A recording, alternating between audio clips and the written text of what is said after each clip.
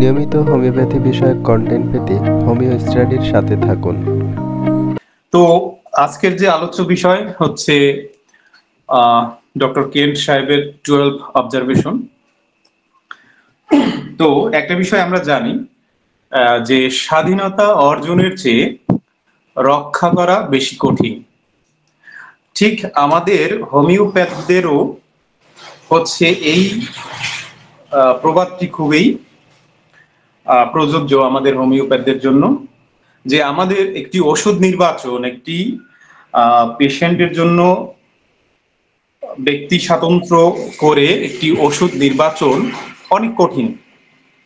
আমরা সবাই জানি যারা ক্লাসিক্যালি সিঙ্গেল মেডিসিন দেওয়ার চেষ্টা করি। তো তার চেয়েও বেশি কঠিন হচ্ছে দ্বিতীয় ব্যবস্থাপত্র বা সেকেন্ড প্রেসক্রিপশন। তো এই সেকেন্ড প্রেসক্রিপশন করার জন্য হচ্ছে যে কেন্টের 12 অবজারভেশন হচ্ছে খুবই গুরুত্বপূর্ণ। কারণ আমি ওষুধ দেওয়ার পরে রোগীর কাছ থেকে কি ধরনের প্রতিক্রিয়া আশা করি সেটা যদি আমরা না জানি, তাহলে কিন্তু আমরা সঠিক ওষুধ নির্বাচন করেও অনেক সময় আবার অন্য ওষুধ দিয়ে ফেলতে পারি। তো এই 12 অবজারভেশন এখানে যারা উপস্থিত রয়েছেন, আমার বিশ্বাস যে সবাই খুব ভালোভাবে জানেন।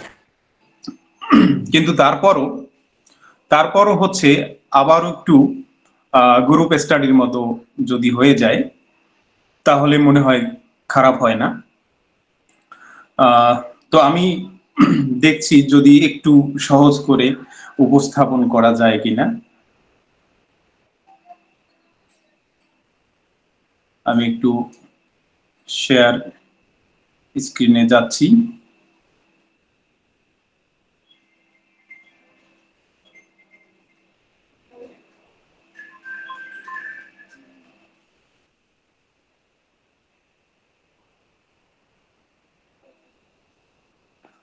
সিদ্দিক স্যার একটু জানাবেন, দেখা যাচ্ছে? জি স্যার, ক্লিয়ার দেখা যাচ্ছে। ওকে, থ্যাংক ইউ। তো ফার্স্ট অবজারভেশন, প্রথমেই যে পর্যবেক্ষণটা আমরা এখানে আমি একটু ভাগ ভাগ করেছি, কয়েকটা ধাপ তৈরি করেছি, যাতে করে এই ধাপের মাধ্যমেই প্রত্যেকটা অবজারভেশন আমরা শিখবো, জানবো, বুঝবো, তাহলে আমাদের সহজ হবে। যেমন ফার্স্ট যে অবজারভেশন, সেই স্টেটমেন্টটা কি, যে prolonged aggravation and final decline of patient. মানে এখানে যখন আমরা একটি ওষুধ প্রয়োগ করলাম, প্রয়োগ করার পরে আমরা জানি যে ওষুধ দেওয়ার পরে, বিশেষ করে এটা হচ্ছে শততমিক স্কেলের ক্ষেত্রে বিশেষ করে প্রযোজ্য, যে ওষুধ প্রয়োগের পরে যে আমরা জানি একটা বৃদ্ধি হয়, মেডিসিনাল অ্যাগ্রাভেশন হতে পারে বা হোমিওপ্যাথিক অ্যাগ্রাভেশন হতে পারে। তো এই অ্যাগ্রাভেশনটা যদি প্রলংড অর্থাৎ দীর্ঘদিন হয়, এবং আমরা জানি যে সেই হোমিওপ্যাথিক অ্যাগ্রাভেশন হওয়ার পরে কিন্তু ওই অ্যাগ্রাভেশন চলে গিয়ে পেশেন্ট আবার ভালোর দিকে যায়। কিন্তু এখানে যদি রোগীর রোগ কষ্ট বেড়ে গিয়ে বাড়তে বাড়তে একটা সময় পেশেন্ট, ওই রোগীটাই শেষ হয়ে যায়, অর্থাৎ পেশেন্ট যদি ডেড হয়ে যায় পেশেন্টটি, তাহলে আমাদের কি কি কর্তব্য? এখানে প্যাথোলজি আমরা কি বুঝবো, যে এই ওষুধটি দেওয়ার পর এই ঘটনাটা যে ঘটলো, দীর্ঘদিন যাবৎ বৃদ্ধি এবং লাস্ট অফ অল পেশেন্টটি ডিক্লাইন হয়ে গেল, সেখানে প্যাথোলজি আমরা কি জানবো, যে এখানে advance irreversible change in the vital organ, অর্থাৎ ভাইটাল যে অর্গানগুলো আমাদের হিউম্যান বডিতে, সেই ভাইটাল অর্গান যেমন হার্ট, কিডনি, লাংস, এই ভাইটাল অর্গানগুলোতে অ্যাডভান্স মানে একদম লাস্ট লেভেলে যদি পরিবর্তন চলে আসে, প্যাথোলজিক্যাল পরিবর্তন, এই রিভার্সিবল মানে যেটা আর ফিরে আসতে পারে না, যে অবস্থা থেকে আর ফিরে আসতে পারে না, তো এইরকম একটা অবস্থায় চলে গেছে প্যাথোলজি, অর্থাৎ রোগটি এমন একটা পর্যায়ে চলে গেছে যেখান থেকে আর কোনোভাবেই কোনো ওষুধেও আর সে ওই অবস্থা থেকে আর ফিরে আসবে না। এখানে প্যাথোলজি তাহলে অ্যাডভান্স, ইরিভার্সিবল। রেমেডি, রেমেডি এখানে সিমিলিমাম, অর্থাৎ ওষুধটি ঠিক ছিল বাট ডিপ অ্যাক্টিং রেমেডি, অর্থাৎ এখানে যে ওষুধটি দেওয়া হয়েছিল সেটি ওষুধটি ঠিক থাকলেও এখানে যে ওষুধটি দেওয়া হয়েছে সেটি অত্যন্ত গভীর ক্রিয়াশীল ওষুধ দেওয়া হয়ে গেছে। কারণ এইখানে অ্যাডভান্স প্যাথোলজি যেখানে হবে, যেমন ক্যান্সার বা অন্যান্য অবস্থা যেখান থেকে ফিরে আসা যায় না, সেই সমস্ত জায়গায় আমরা জানি যে প্যালিয়েটিভ ট্রিটমেন্ট দেওয়া উচিত। সেইখানে কখনোই আমাদের ডিপ অ্যাক্টিং গভীর ক্রিয়াশীল ওষুধ দেওয়া যাবে না। ওই পাশে তোমার মোবাইল, ক্লাস শুরু হয়ে গেছে, কথা বলতেছে। সেকেন্ড ড্রয়ারে দেখো পটেন্সি, এখানে পটেন্সিতে কি ভুল হয়েছে, হাই পটেন্সি দেওয়া হয়েছে, উচ্চ শক্তির পটেন্সি দেওয়া হয়েছে, high potency was selected than required, অর্থাৎ যে পটেন্সিটা দরকার ছিল তার চাইতে অনেক বেশি শক্তিতে দেওয়া হয়েছে। তাহলে মিস্টেকটা কি, মিস্টেকটা কি করলাম, deep acting remedy in high potency in advanced pathological case was selected, অর্থাৎ এখানে কেসটি ছিল অত্যন্ত অ্যাডভান্সড এবং যেখানে আমার একটি শর্ট অ্যাক্টিং এবং খুবই লো পটেন্সিতে দেওয়া উচিত ছিল, সেইটা ডিপ অ্যাক্টিং অর্থাৎ গভীর ক্রিয়াশীল এবং উচ্চ শক্তিতে দেওয়া হয়েছে অ্যাডভান্স প্যাথোলজিক্যাল কেসে। এটাই হচ্ছে আমাদের এখানে ভুল হয়েছে। তাহলে ইফেক্ট কি হবে, মানে এই ওষুধটি দেওয়ার পর কি ধরনের ইফেক্ট বা প্রভাব ফেলতে পারে এই রোগীটির উপর। তো এটা হচ্ছে this cost killers of homeopathic aggravation but patient ডাইট। আমরা জানি হোমিওপ্যাথিক অ্যাগ্রাভেশন যখন হবে তখন পেশেন্ট যে লক্ষণগুলো আমাদের কাছে নিয়ে আসে, অর্থাৎ এক্সিস্টিং যে সিমটম গুলো, সেই সিমটম গুলো কিছুটা বৃদ্ধি পাবে, কিন্তু পেশেন্ট তার মানসিক লেভেলে, ইমোশনাল লেভেলে ভালো অনুভব করবে। এটা হচ্ছে হোমিওপ্যাথিক অ্যাগ্রাভেশন। তো এখানে সেই হোমিওপ্যাথিক অ্যাগ্রাভেশনটা হলো না, এখানে হোমিওপ্যাথিক অ্যাগ্রাভেশনটা কিল হয়ে গেল এবং last of all patient died হয়ে গেল, মৃত্যুবরণ করলো। যেমন উদাহরণস্বরূপ patient of CA liver was given lycopodium 1M। Liver cirrhosis বা লিভার ক্যান্সারে যদি লাইকোপোডিয়াম 1M দেওয়া হয়, লাইকোপোডিয়াম একটি অত্যন্ত গভীর ক্রিয়াশীল এবং লং লাস্টিং এবং উচ্চ শক্তিতে এখানে দেওয়ার ফলে পেশেন্টটি মৃত্যুর দিকেই চলে যাবে, সে আর ভালো হবে না। এখানে হচ্ছে তাহলে কি করা উচিত ছিল, এখানে এমন করা যেত যে লাইকোপোডিয়াম সহস্রতমিক স্কেলে M1 M2 দিয়ে শুরু করা যেত, অথবা অন্য কোনো প্যালিয়েটিভ ঔষধের মাদার টিংচার বা অন্য কিছু দিয়ে প্রাথমিকভাবে কিছুদিন চিকিৎসা করে পেশেন্টটাকে একটা পর্যায়ে নিয়ে এসে পরবর্তীতে লাইকোপোডিয়াম ওষুধটি দিয়ে শুরু করতে পারতাম আমরা 50তমিক স্কেলে স্টেপ। তো আমাদের এখানে এখন পদক্ষেপ কি নিতে হবে, পদক্ষেপ নিতে হবে যে stop the remedy give antidote, এখানে ওষুধটি সাথে সাথে বন্ধ করে দিতে হবে, আর এর ডোজ প্রয়োগ করা যাবে না, এবং সাথে সাথে ওই প্রদত্ত ওষুধটির অ্যান্টিডোট দিতে হবে যাতে তার ক্রিয়া ধ্বংস হয়ে যায়। এক্ষেত্রে প্রগনোসিস কি, অর্থাৎ এই যে কেসটি আমার কাছে আসলো, এই কেসটির প্রগনোসিস অর্থাৎ ভাবি ফল কি হতে পারে, এই কেসটার মানে ভবিষ্যৎ এখানে আনফেভারেবল, অর্থাৎ এই কেসটা ফেভারেবল না, এটি হচ্ছে আনফেভারেবল, অর্থাৎ এটি ভালো হওয়ার অযোগ্য। পরের স্লাইডে আমরা যাই। সেকেন্ড অবজারভেশনের স্টেটমেন্টটা হলো prolonged aggravation but final and slow improvement। দীর্ঘদিন যাবৎ বৃদ্ধি, সবশেষে আস্তে আস্তে করে উন্নতি। এখানে প্যাথোলজি কি? এখানে বর্ডার লাইন প্যাথোলজি একদম, মানে এখানে অ্যাডভান্সড প্যাথোলজিতে যেতে পারে না এখনো, তবে যাবে যাবে এরকম একটা অবস্থা, একদম বর্ডার লাইনে আছে pathology. Advanced but reversible change in the vital organs. এখানে কেসটি হচ্ছে প্যাথোলজি হচ্ছে বর্ডার লাইনে বা অ্যাডভান্সড লেভেলেই বলা যায়, কিন্তু এখানে যে রিভার্সিবল চেঞ্জ অর্থাৎ ওই অবস্থা থেকে আবার পূর্বের অবস্থায় ফেরা সম্ভাবনা আছে। এখানে রেমেডি হচ্ছে সিমিলিমাম, এখানেও ওষুধ নির্বাচন ঠিক আছে, বাট এবারও হচ্ছে ডিপ অ্যাক্টিং রেমেডি অর্থাৎ গভীর ক্রিয়াশীল ওষুধ প্রয়োগ হয়েছে। এখানে পোটেন্সি কিরকম হয়েছে? High potency was selected than required, এবারও পোটেন্সি হাই হয়ে গেছে কিছুটা। মিস্টেক, ভুলটা কি হয়েছে? এখানেও same, deep acting remedy in high potency in borderline pathological case was selected. Effect, কি প্রভাব ফেলতে পারে এই সিলেকশনের জন্য রোগীর উপর? এখানেও সিভিয়ার অ্যাগ্রাভেশন হবে, রোগের যে সিমটমগুলো নিয়ে আসবে সেই সিমটমগুলোর অত্যন্ত বৃদ্ধি হবে। তো যার ফলে ডাক্তারের উচিত কি?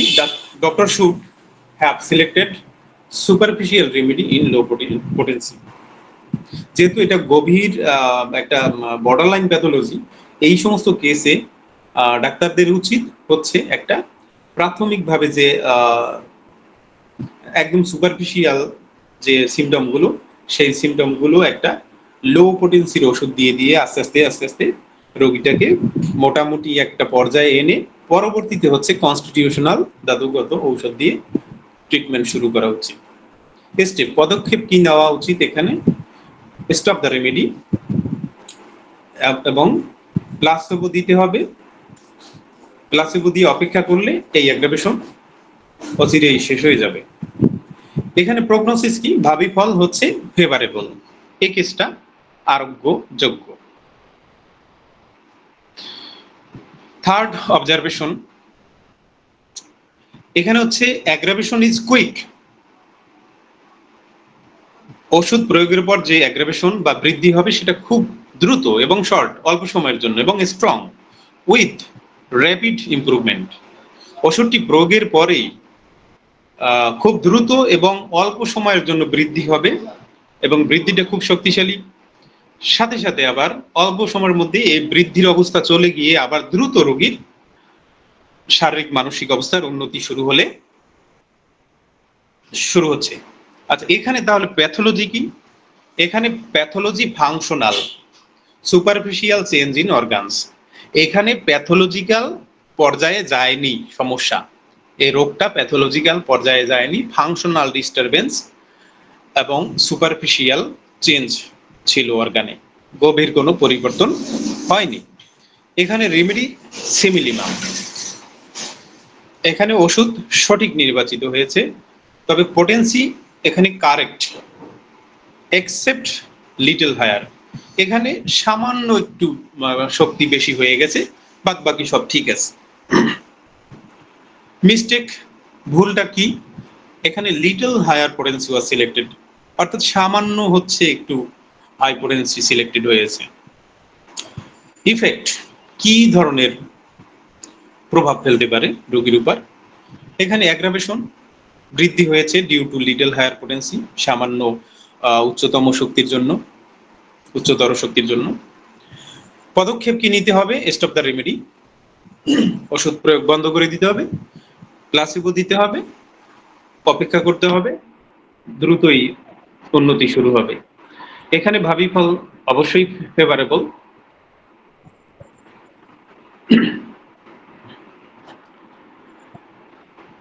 আচ্ছা, এখানে পয়েন্টগুলো কিন্তু খুবই ওই একই পয়েন্টে বারবার বলে যাচ্ছি, একটু খেয়াল করতে হবে। আর যদি আমি দ্রুত বলে ফেলি বা বুঝতে অসুবিধা হয় তাহলে অবশ্যই আওয়াজ দিবেন,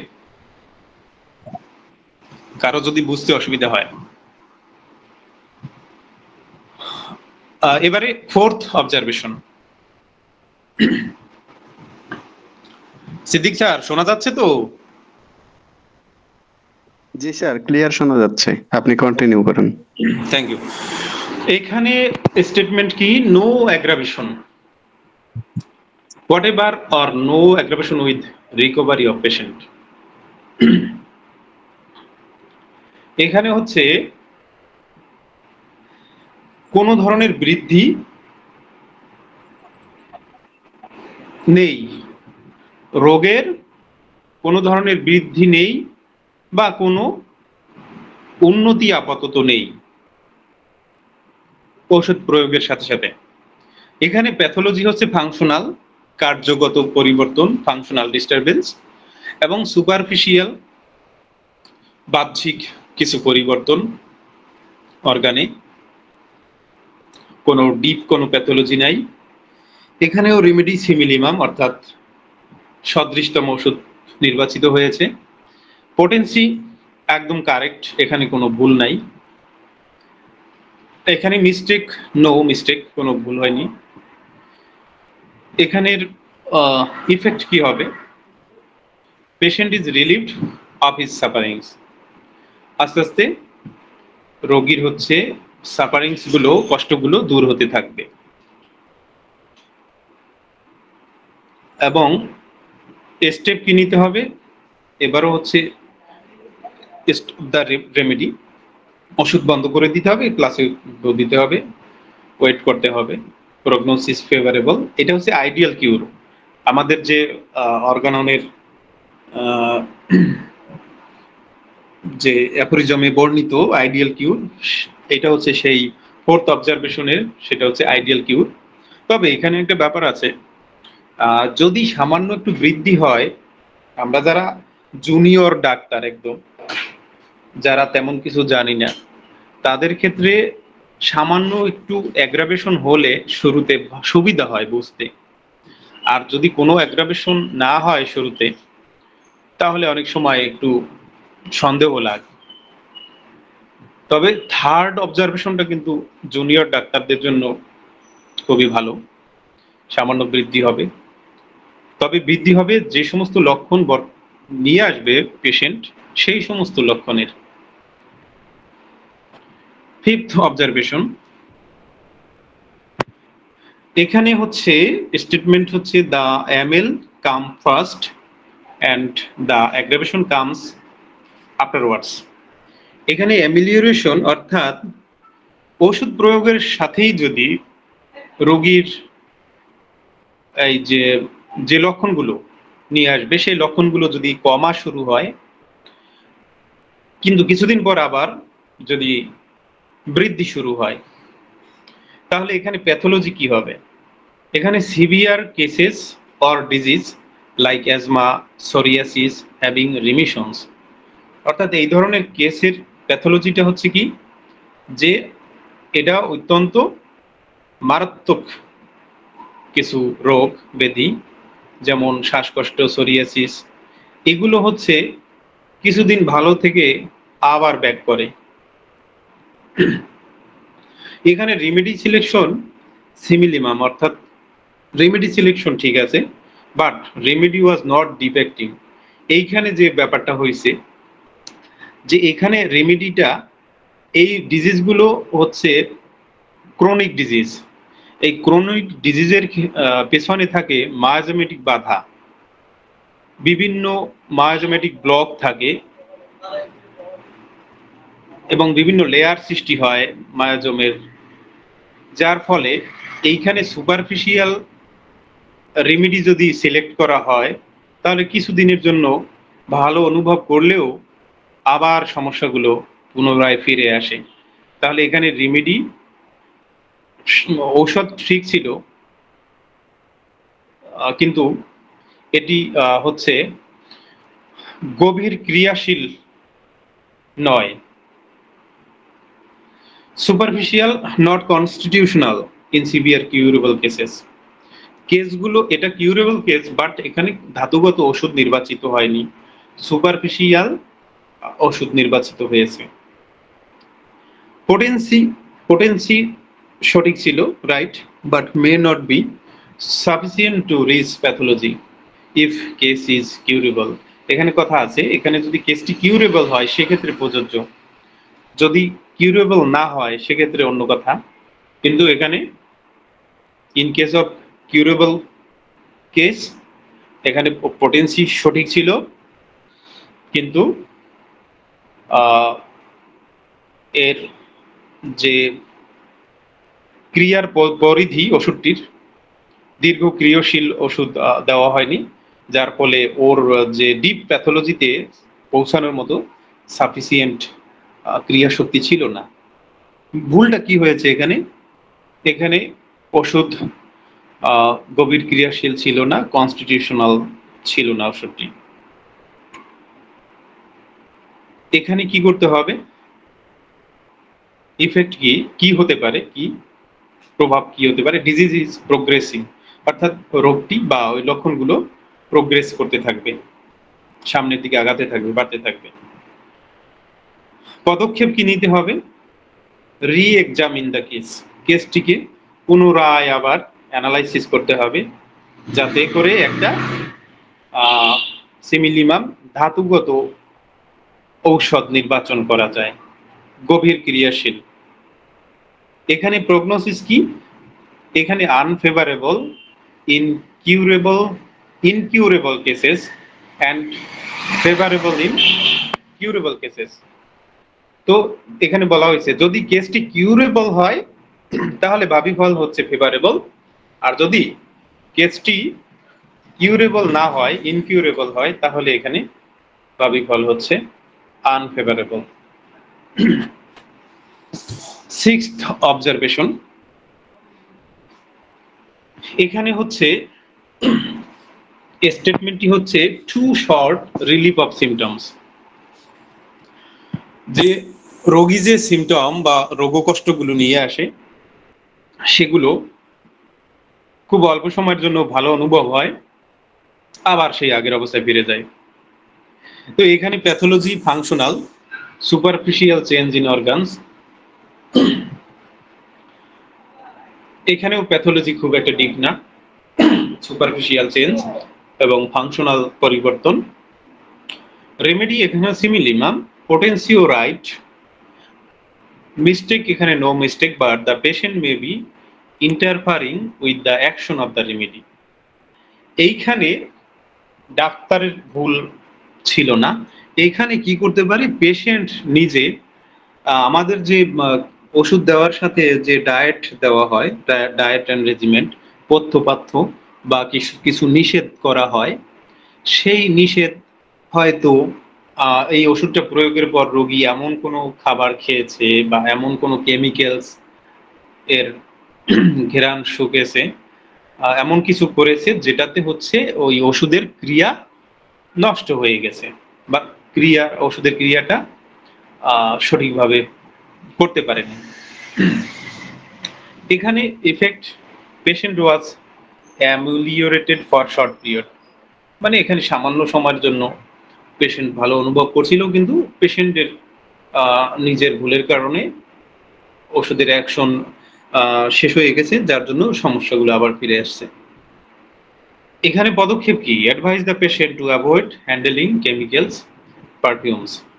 তো পেশেন্টকে আমাদের কিছু উপদেশ দিতে হবে যে কেমিক্যাল, পারফিউম বা অন্যান্য যে খাবারগুলো, যে ওষুধটি আমরা দেব সেই ওষুধটির সাথে রিলেটেড যত বিধিনিষেধ আমাদের থাকবে সেই বিধিনিষেধগুলো আমাদের দিয়ে দিতে হবে পেশেন্টদেরকে।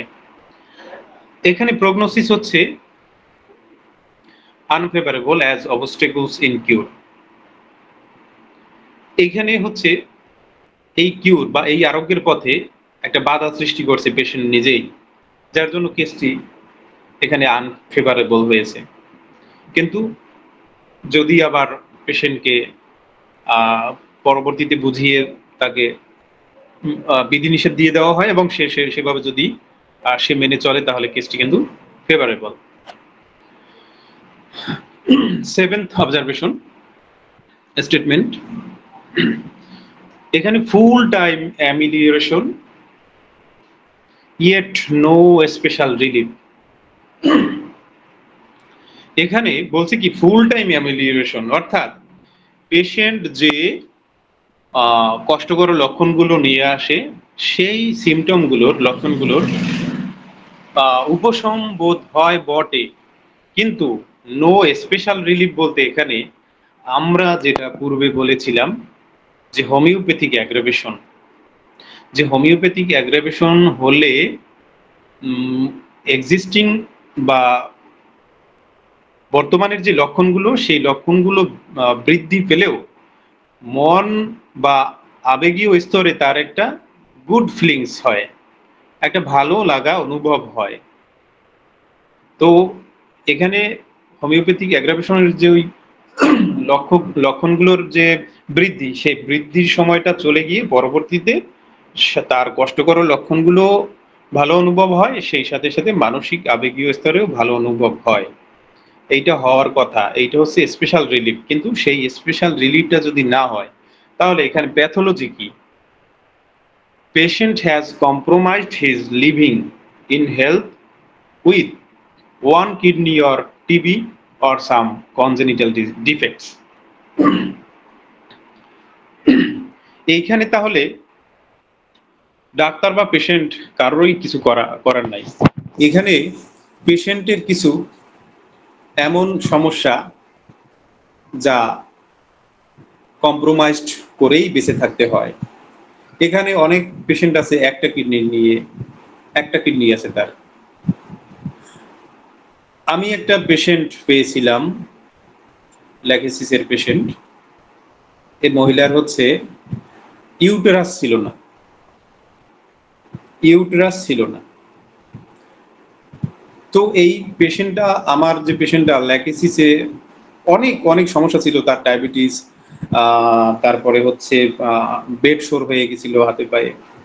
তো একদম সেই কেসটা অনেক ইমপ্রুভমেন্ট ছিল, অনেক দিক থেকে ভালো ছিল, কিন্তু লাস্ট অফ অল রোগীটা লাস্টের দিকে আর বাঁচেনি। কারণ হচ্ছে ওই যে তার ইউটেরাস ছিল না, তো এরকম আরো কোনো কনজেনিটাল ডিফেক্ট ছিল কিনা জানি না।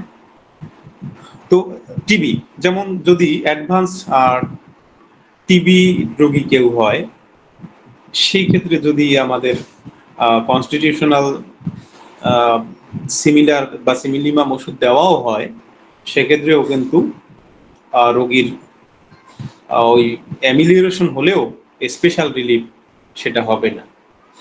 বা আরো যে কোনো কনজেনিটাল হার্টের সমস্যা থাকতে পারে, যে কোনো সমস্যা থাকতে পারে, যে ডিফেক্টস গুলো ঔষধি চিকিৎসার মধ্যে পড়ে না, বা যেটা হচ্ছে নাই পেশেন্টের, সেটা কম্প্রোমাইজড করেই বাঁচতে হয় পেশেন্টের।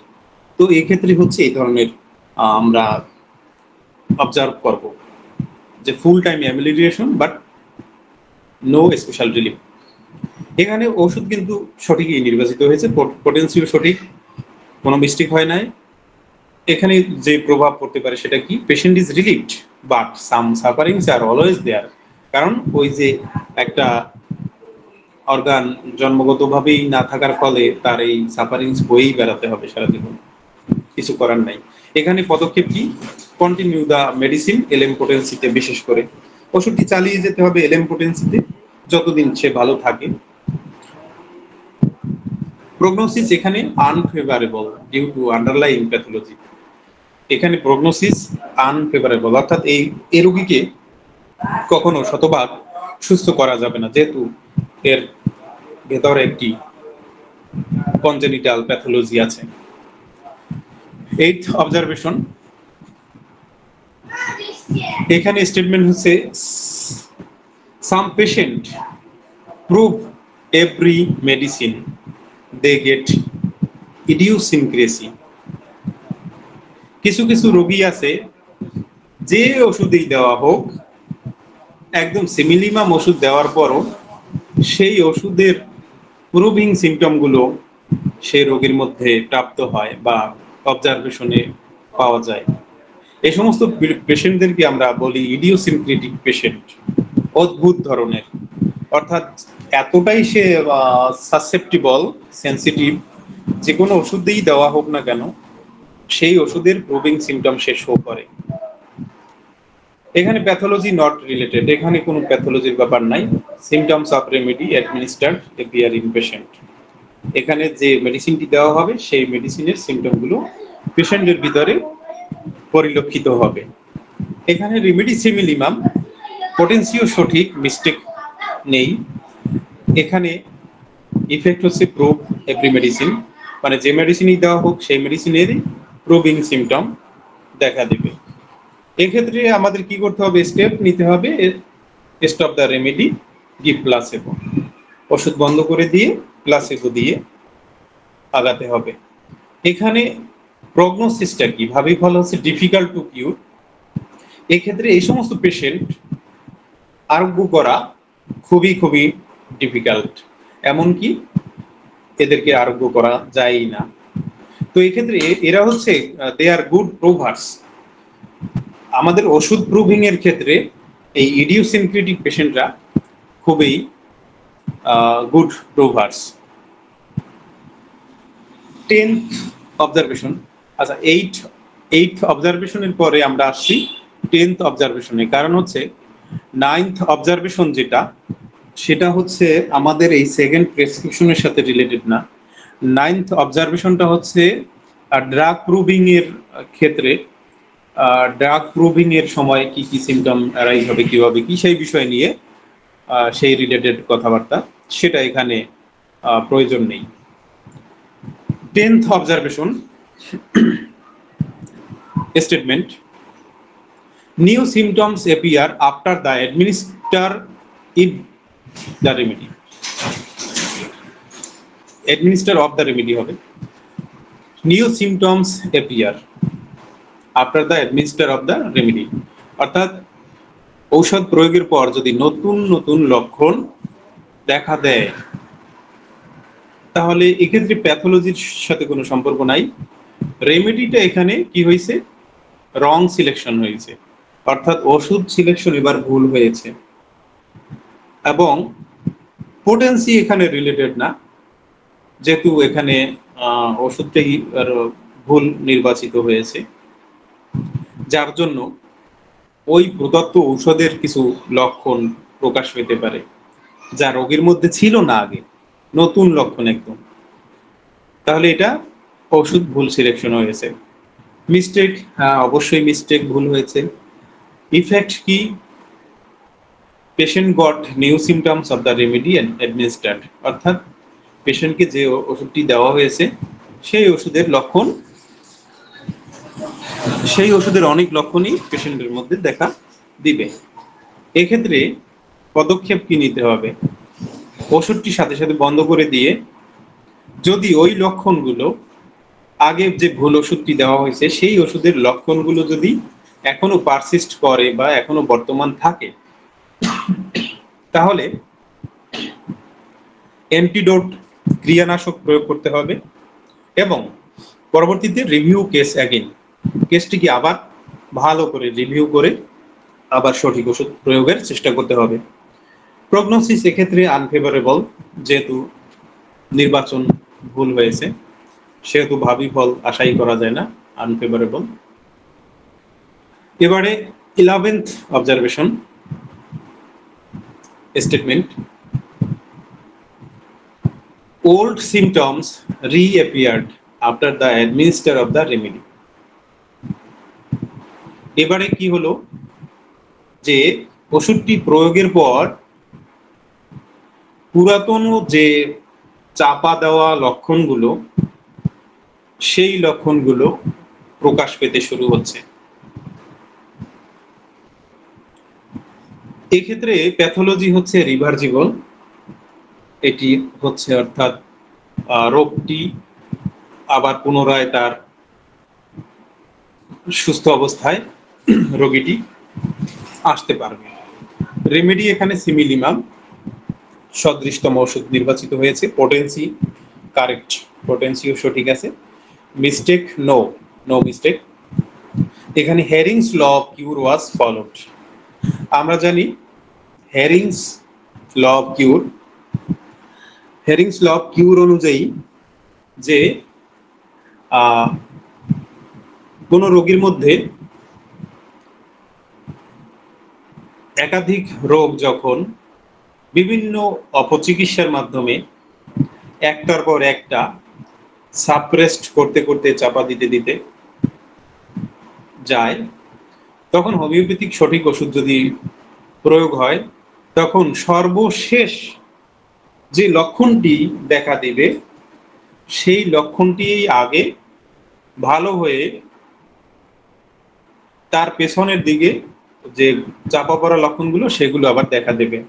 জাস্ট উল্টা ভাবে, যেভাবে রোগের একটার পর একটা ধারাবাহিক আসতেছিল, হেরিং ল অনুযায়ী আরোগ্যের সময় জাস্ট উল্টা ভাবে আরোগ্য হতে হতে যাবে। অর্থাৎ সর্বশেষ যে সমস্যাটি দেখা দিবে সেই সমস্যাটি ভালো হয়ে এর পরের সমস্যাটি যেটি দেখা দিয়েছিল সর্বশেষের আগেরটি, তারপরে সেটি ভালো হবে। এইভাবে ধারাবাহিকভাবে পিছনে পিছনে সমস্যাগুলো রিঅ্যাপিয়ার হবে, অর্থাৎ আবার দেখা দিয়ে দিয়ে ভালো হতে হতে সর্বশেষ প্রথমে যে রোগটি দেখা দিয়েছিল সবশেষে সেই রোগটি ভালো হবে। ইফেক্ট, এখানে patient got old symptoms he suffered in the past. রোগীটি পূর্বে যে সমস্ত কষ্টে ভুগতেছিল সেই কষ্টকর লক্ষণগুলো এখানে দেখা দিচ্ছে। তো এক্ষেত্রেও স্টেপ কি নিতে হবে? ওষুধ বন্ধ করে দিতে হবে এবং সেই সাথে সাথে ওই যে লক্ষণগুলো রিঅ্যাপিয়ার হয়েছিল পূর্বের লক্ষণগুলো, সেই লক্ষণগুলো আস্তে আস্তে ডিসঅ্যাপিয়ার হয়ে যাবে, চলে যাবে। যদি সিমটমগুলো পারসিস্ট করেও, তাহলে এখানে বুঝতে হবে যে হয়তো ওষুধ একটু ডোজ বেশি দেওয়া হয়েছে, তাহলে অ্যান্টিডোট দিয়ে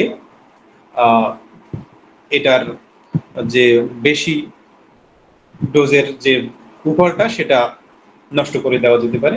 আর যদি ধৈর্য ধরা হয় সেক্ষেত্রেও এটা আস্তে আস্তে চলে যাবে।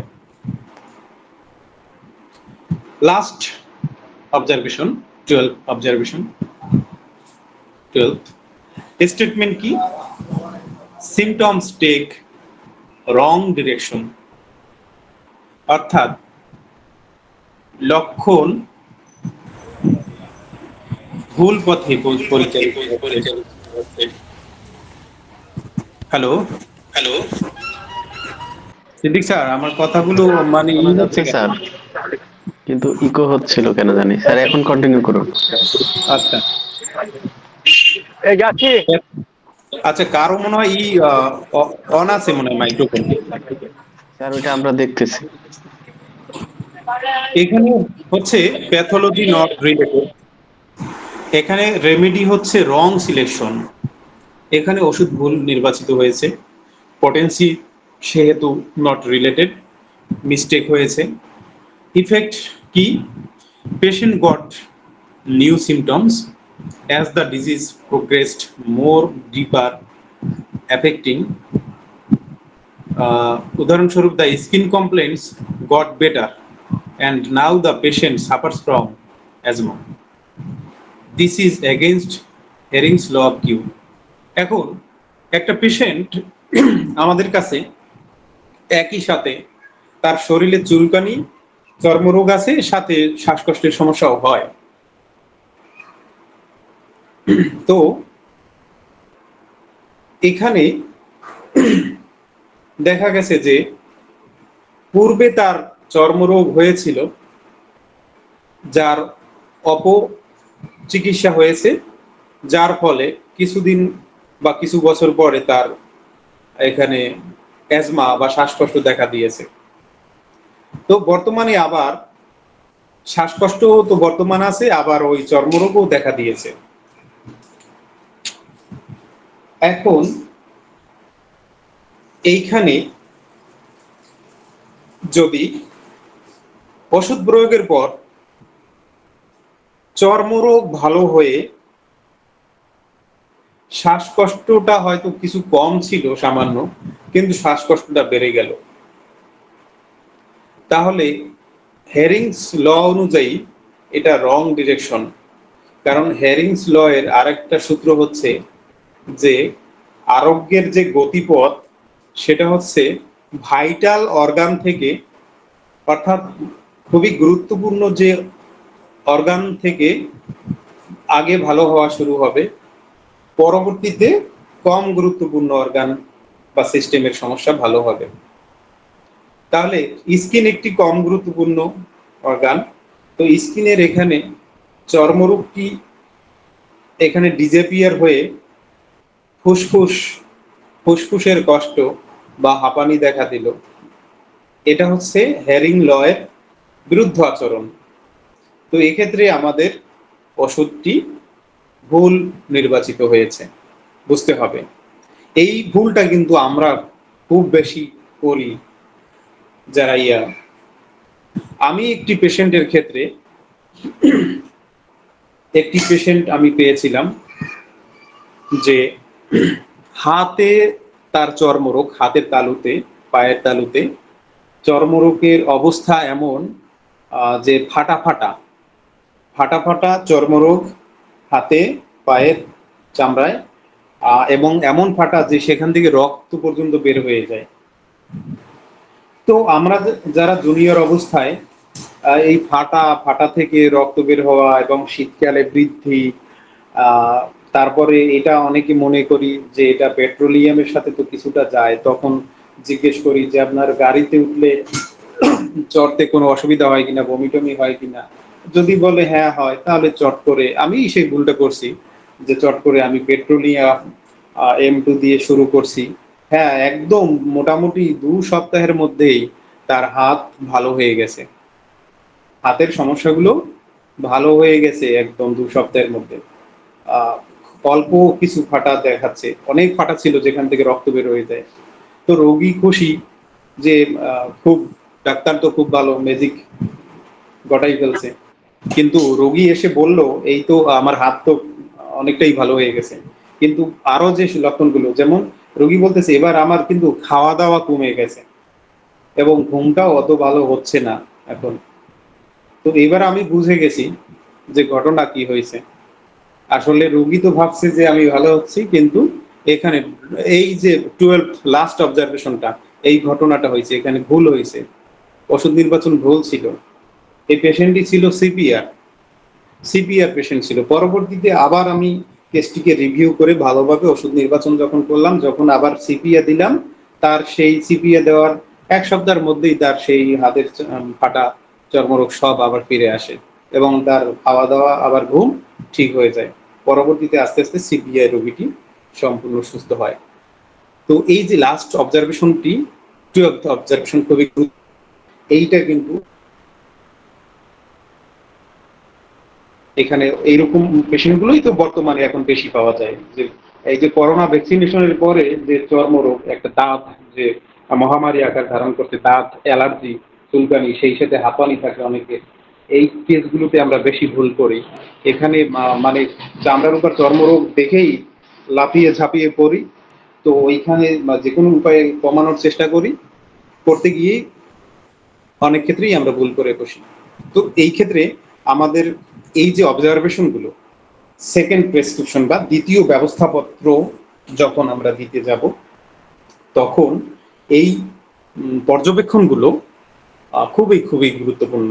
এই পর্যবেক্ষণগুলো যদি আমরা অনুধাবন করতে না পারি, মনে রাখতে না পারি, তাহলে কিন্তু